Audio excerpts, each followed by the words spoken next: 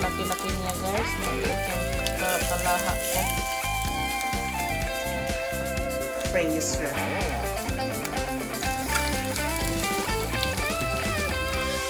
I need a big wok. Yun.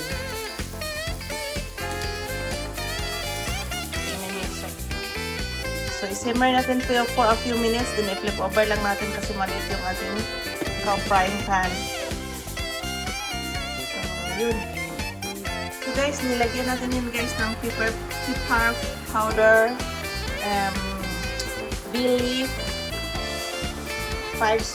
Chinese 5 spice, and yung seasoning sauce, soy sauce, and Worcestershire sauce guys. Yun. Nilagyan natin ng Worcestershire sauce. Hintayin natin lumit ang sabaw guys. Bago natin isalang ang ating onions. So, hintayin natin guys na medyo mag-tender siya ng konti. So, yun ang ating pagkain na masarap.